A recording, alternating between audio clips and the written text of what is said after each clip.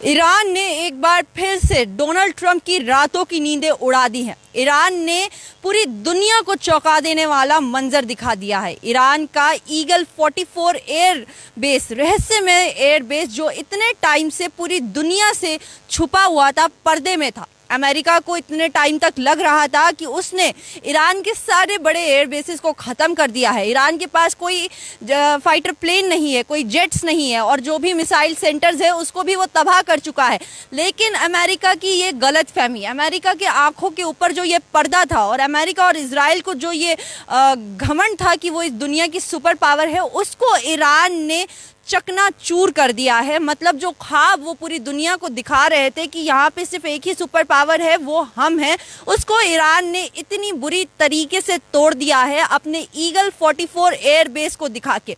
Eagle 44 air base ऐसा खतरनाक air base है जो चारों तरफ से पहाड़ों के बीच में छुपा हुआ है, टनल्स के जरिए ज़मीन के अंदर तक जाता है। ये इतना बड़ा एयर बेस है कि इसके अंदर सारे फाइटर जेट्स की पार्किंग, उसकी मेंटेनेंस और रेडी टू फाइटर जेट्स वहां पे तैयार खड़े होते हैं कि अगर कोई भी ऐसा मोमेंट आए तो ये जेट्स सिर्फ टेक ऑफ करने के लिए रेडी रहे। वैसे खतरनाक एयर बेस ईगल 44 को अब ईरान ने पूरी दुनिया के सामने डिस्क्लोज कर दिया है, जिसके बाद अमेरिका और इजराइल के होश उड़ चुके हैं। सिर्फ ईगल 44 ही नहीं, F4 फैंटम फाइटर जेट्स भी ईरान ने दिखा दिए हैं कि जिनको भी ये गलत फहमी है 1% की भी कि हमारे पास जेट्स नहीं है, तो वो बाज़ाब्ते तौर पे, वाज़ेह तौर पे इनको साफ तौर से देख ले।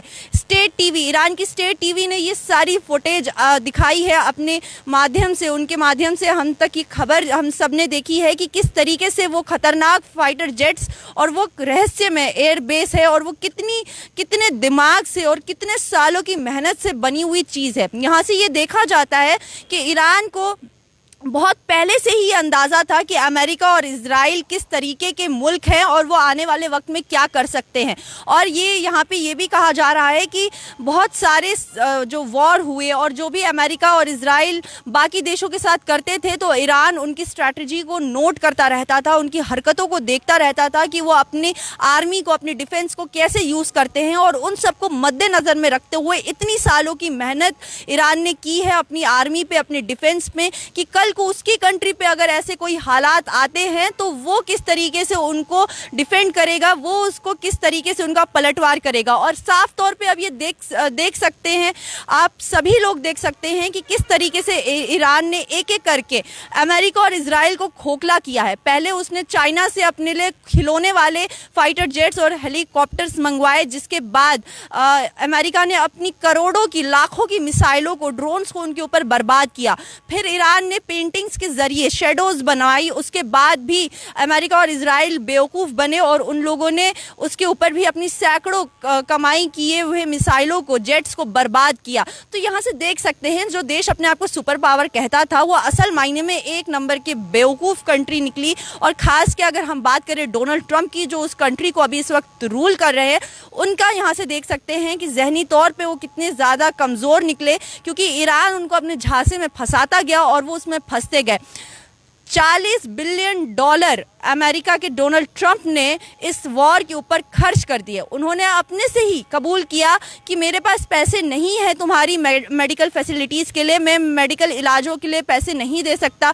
कितनी सारी रिसर्चेस को बंद करवा दिया, कितने सारे ऑपरेशंस को बंद करवा दिया, और पूरी अपनी कंट्री का पैसा सारा उन्होंने इस वॉर के अंदर फूंक दिया है, जिसके बाद अब उनके ही देश में लाखों की तादाद में लोग प्रोटेस्ट करते हुए नजर आ रहे हैं। जहां पे उन्होंने अपनी देश की इकोनॉमी को दांव पे लगा दिया इजराइल के कहने पे, वहीं पे ईरान ने एक एक करके उनकी इंफ्रास्ट्रक्चर पे, उनकी रास्तों के ऊपर, उनके एनर्जी रिसोर्सेज के ऊपर, उनकी फ्रेंडली कंट्रीज के ऊपर, सब के ऊपर हमला करके उसको अंदरूनी तौर से खोखला कर दिया है। वहीं पे ईरान के IRGC के स्पोक्स पर्सन ने कहा कि जब तक ये सरेंडर नहीं कर देता है अमेरिका, जब तक डोनाल्ड ट्रंप और इजराइल हमारे सामने झुक नहीं जाता और खुद हमारे ही दिए हुए सीज फायर पॉइंट्स पे मानकर इस वॉर को नहीं रोक देता, तब तक ये वॉर रुकने वाली नहीं है। और अभी तक हमने कोई भी अटैक नहीं किया था। एग्रेसिव अटैक्स क्या होते हैं वो हमने कल रात से देखे, जब डोनाल्ड ट्रंप ने अपनी स्पीच दी, उसमें उन्होंने बड़े बड़े झूठे दावे किए। उसके बाद ईरान ने इजराइल के ऊपर 100 से भी ज़्यादा मिसाइलों से हमला किया। 37 से ज़्यादा सोल्जर्स, अमेरिकन सोल्जर उसमें मरे, लेकिन डोनाल्ड ट्रंप ने उसका जिक्र नहीं किया। सिर्फ वो अपनी जुमलेबाजी करते रहे और उसी में बिजी रहे। वहीं पे ईरान ने अब पूरी दुनिया के सामने दिखा दिया है कि मुझे कमज़ोर समझने की गलती मत करना।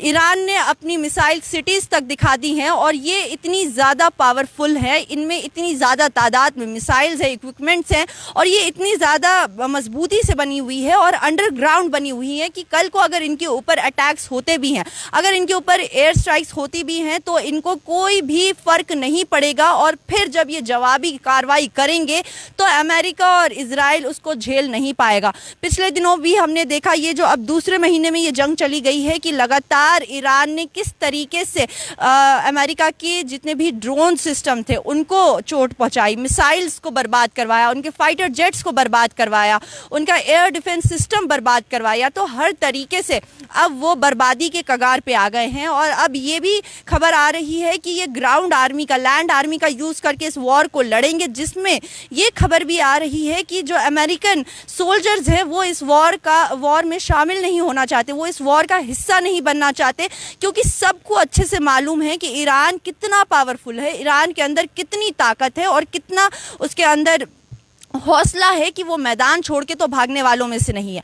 तो डोनाल्ड ट्रंप ने जिन्होंने ये सोचा था कि मैं 3 दिन में इस वॉर को शुरू करूंगा और 3 दिन के अंदर ख़त्म करूंगा और चला जाऊंगा और सब कुछ अपने कंट्रोल में ले आऊंगा, रिजीम चेंज कर दूंगा, वहाँ की रिसोर्सेज के ऊपर अपना कब्जा कर लूंगा, स्ट्रेट ऑफ हार्मोज पे अपना कैप्चर कर लूंगा, तो वो सब उनका ख्वाब बन के रह गया। और IRGC के स्पोक्स पर्सन ने कहा कि आप ख्वाब देखते रहो, हम आपको आपके ख्वाब के साथ ही दफना देंगे उसी कब्र में, और आपकी ये जो सारे बड़े बड़े ख्वाब है कि आप रिजीम चेंज करोगे और आप स्टेट ऑफ हार्मोज पे कब्जा करोगे, ये सब आपके ख्वाब ही रह जाएंगे।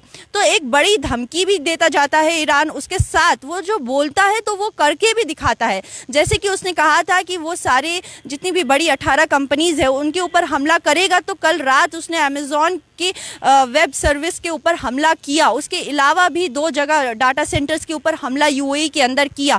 और अभी उसने कहा है कि अगर 8 कंट्रीज, जिसके नाम UAE की कंट्रीज जो शामिल है, अगर अमेरिका नहीं रुकता है, अपनी हरकतों से बाज नहीं आता है, तो इन कंट्रीज पे हमले होते रहेंगे।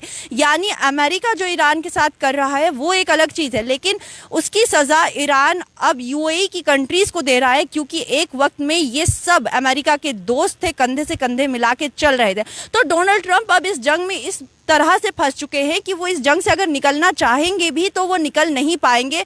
और ईरान अब एक एक करके अपनी पावर दुनिया के सामने लेकर आ रहा है, एक के बाद एक नई पावर, एक के बाद एक नई स्ट्रैटेजी, एक के बाद एक नया कुछ दिखा रहा है दुनिया को कि मैं ये भी कर सकता हूँ। और वो ऐसी चीज़ें दिखा रहा है कि जो किसी ने सोची भी नहीं होगी कि ये भी ईरान के पास होगा, ये भी ईरान कर सकता है, वो चीज़ें ईरान ने करके दिखाई हैं।